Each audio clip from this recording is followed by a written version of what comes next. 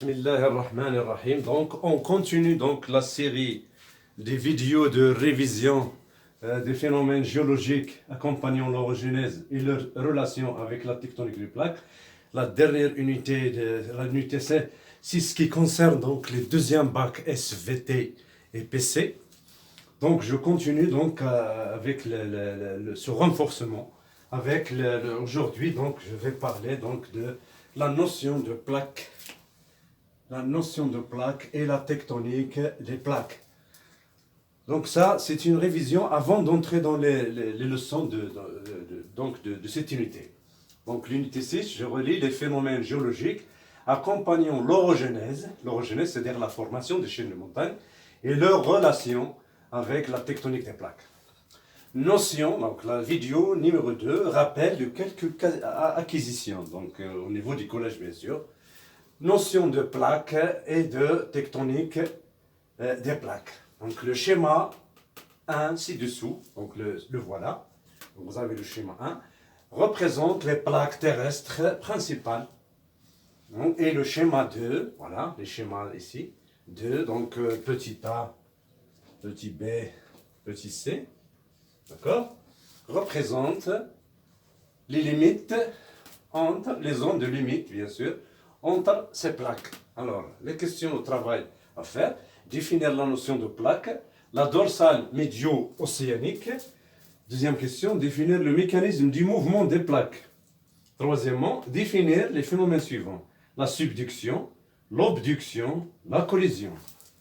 At-tamr, en arabe, at-tafu, l'obduction, la subduction, at-tamr, l'obduction, at-tafu, la collision, al-istidam. Voilà. Donc, définir la notion de plaque. Alors, c'est quoi une plaque? Alors, vous avez ici les 7 plaques donc, principales. Donc, voilà la plaque africaine. Voilà. La plaque indienne. Regardez. Donc, ici. La plaque eurasiatique. Donc, l'Eurasie, c'est-à-dire l'Europe et l'Asie. Voilà. Ici, la plaque américaine. Normalement, la plaque Amérique du Sud, Amérique du Nord. La plaque Nazca, la plaque du Pacifique et la plaque du pôle Sud. Alors, qu'est-ce que ça veut dire une plaque? C'est la partie rigide, donc c'est la partie rigide de la lithosphère. Souvenez-vous, la lithosphère, donc c'est la croûte plus le manteau supérieur, la partie du manteau supérieur qui est solide. Donc, qui flotte sur la sténosphère visqueuse. Alors, la lithosphère, donc c'est quoi une plaque lithosphérique? C'est pas, par exemple, la plaque africaine. C'est quoi? Donc, c'est la partie rigide de la lithosphère qui flotte sur la sténosphère visqueuse. Il est formé soit des parties océaniques uniquement, comme ici la plaque de Nazca, la plaque du Pacifique. Il est formé uniquement des parties océaniques, seulement océaniques. Donc la lithosphère océanique. D'accord? La plaque du Pacifique. Ou bien des parties, il est constitué des parties océaniques et continentales. Exemple, la plaque africaine. Donc ce qui est continental.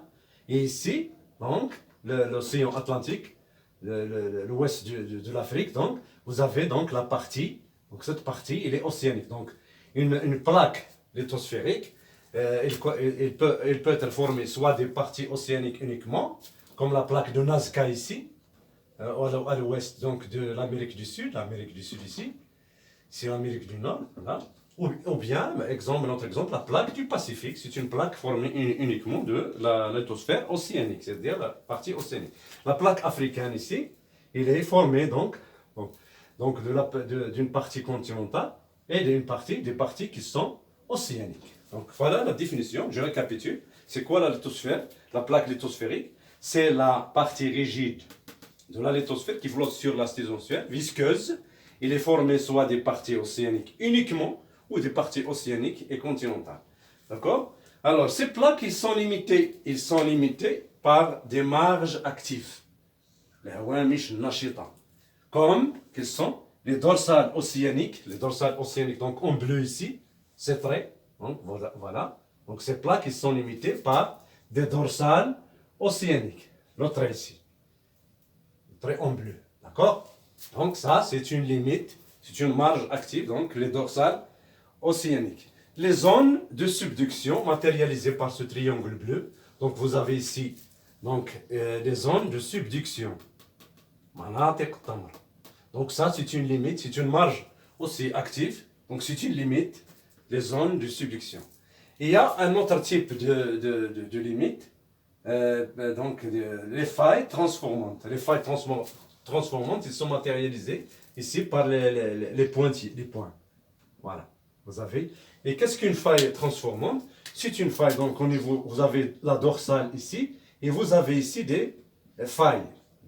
Donc vous avez une plaque et une autre plaque, donc vous avez ici des failles. Donc transformantes, donc il y a un mouvement, de mouvement horizontal, donc horizontaux, de séparation, avec donc des failles, qui amènent cette plaque vers ce côté et l'autre plaque de ce côté. D'accord?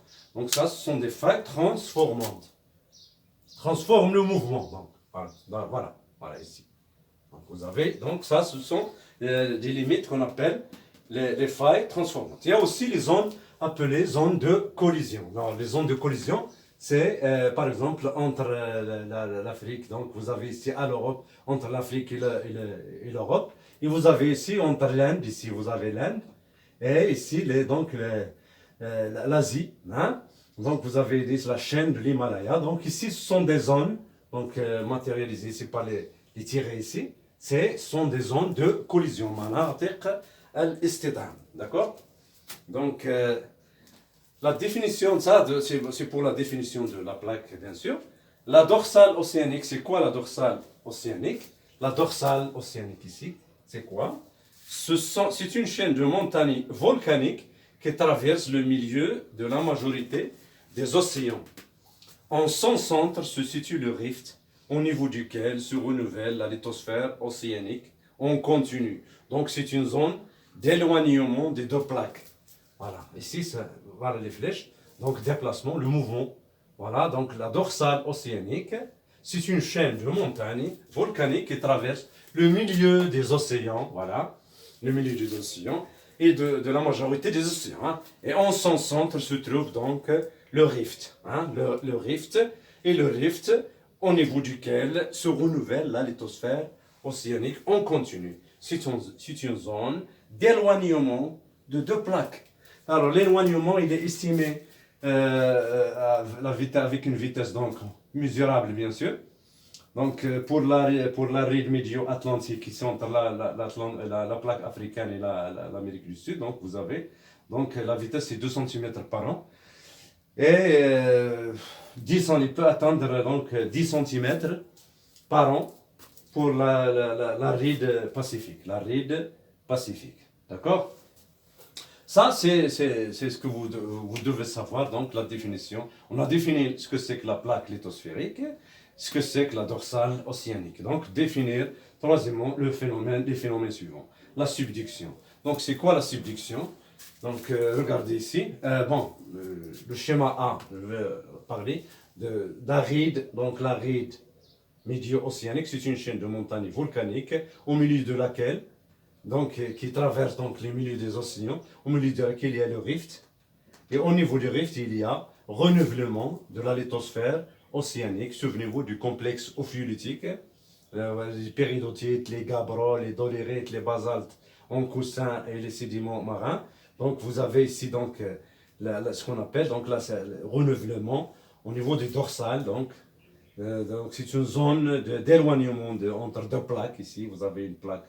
Voilà, la croûte continentale, la croûte océanique. Donc, ce sont des plaques, deux plaques par exemple, qui sont constituées de parties continentales et océaniques, au milieu desquelles donc il y a le rift ou bien la dorsale océanique, où se renouvelle donc la lithosphère océanique.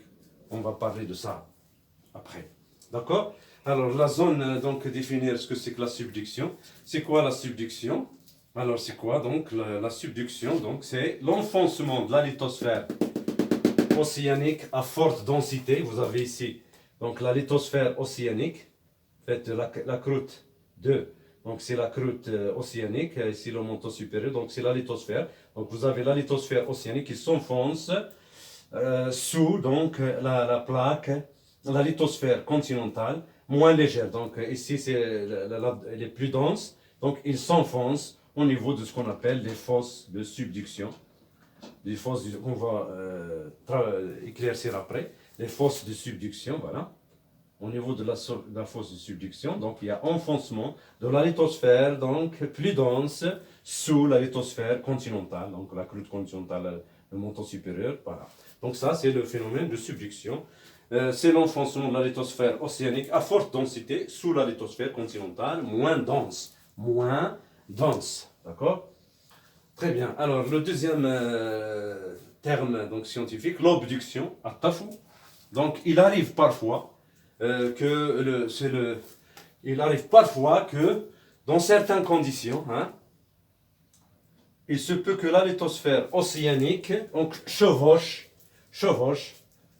donc la lithosphère continentale, donc, et donc il monte sur au lieu de s'enfoncer, donc il y a arrêt de subduction suivi par le chevauchement de la lithosphère océanique sur le continent, sur la lithosphère continentale. Donc dans certaines conditions, il se peut que la lithosphère océanique, plus dense, elle est plus dense, au lieu de s'enfoncer, donc, chevauche et monte sur la lithosphère continentale. Chevauche et monte sur la lithosphère continentale moins dense. Donc c'est ce qu'on appelle l'obduction, at-tafou.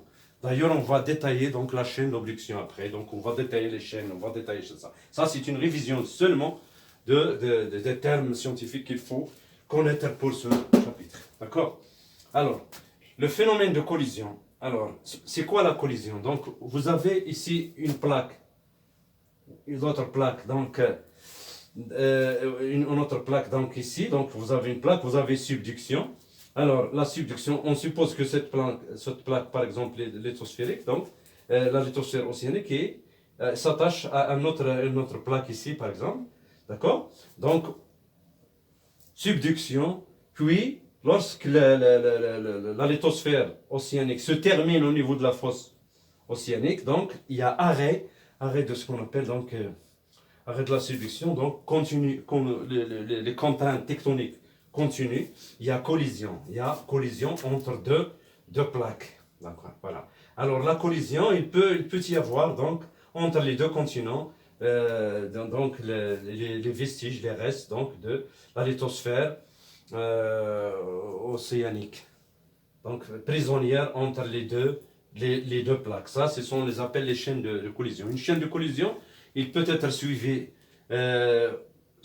donc il peut être précédé par la subduction et ou obduction.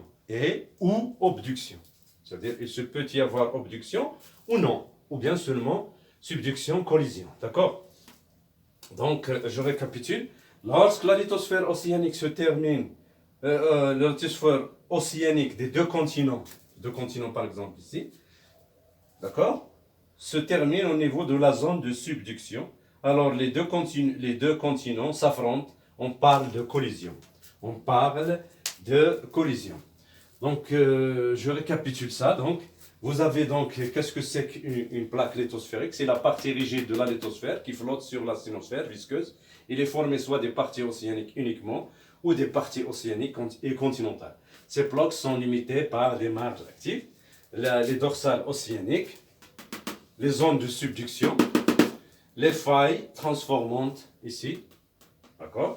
Alors, la dorsale océanique, c'est quoi? C'est une chaîne de montagnes, voilà, volcanique qui traverse le milieu des océans, au milieu de laquelle donc se trouve le rift, au niveau duquel se renouvelle la lithosphère océanique. Donc, c'est une zone d'éloignement entre les plaques.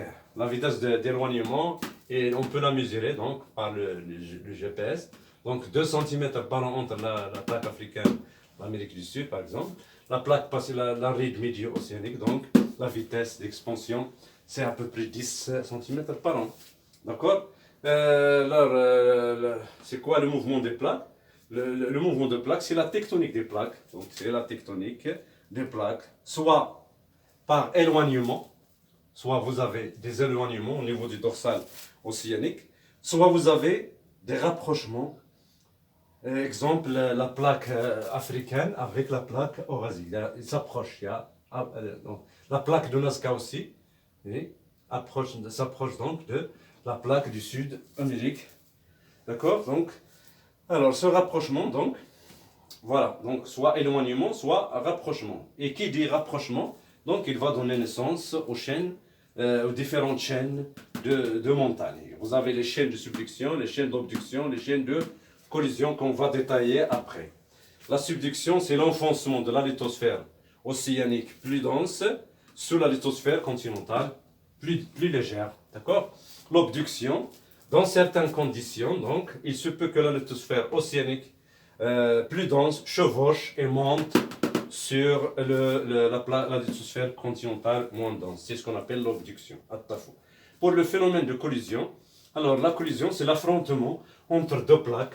Alors, il peut être précédé de la subduction ou abduction. Donc, il se peut avoir abduction. Et l'abduction, par quoi on la connaît?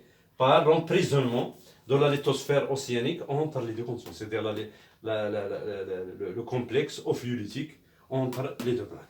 Abonnez-vous à la chaîne SVT plus Carbone. J'espère que vous avez compris. Revoir la vidéo. Familiarisez-vous avec les termes scientifiques de cette leçon. La vidéo prochaine, Inch'Allah, je vais commencer donc à étudier chaque chaîne de montagne. Merci.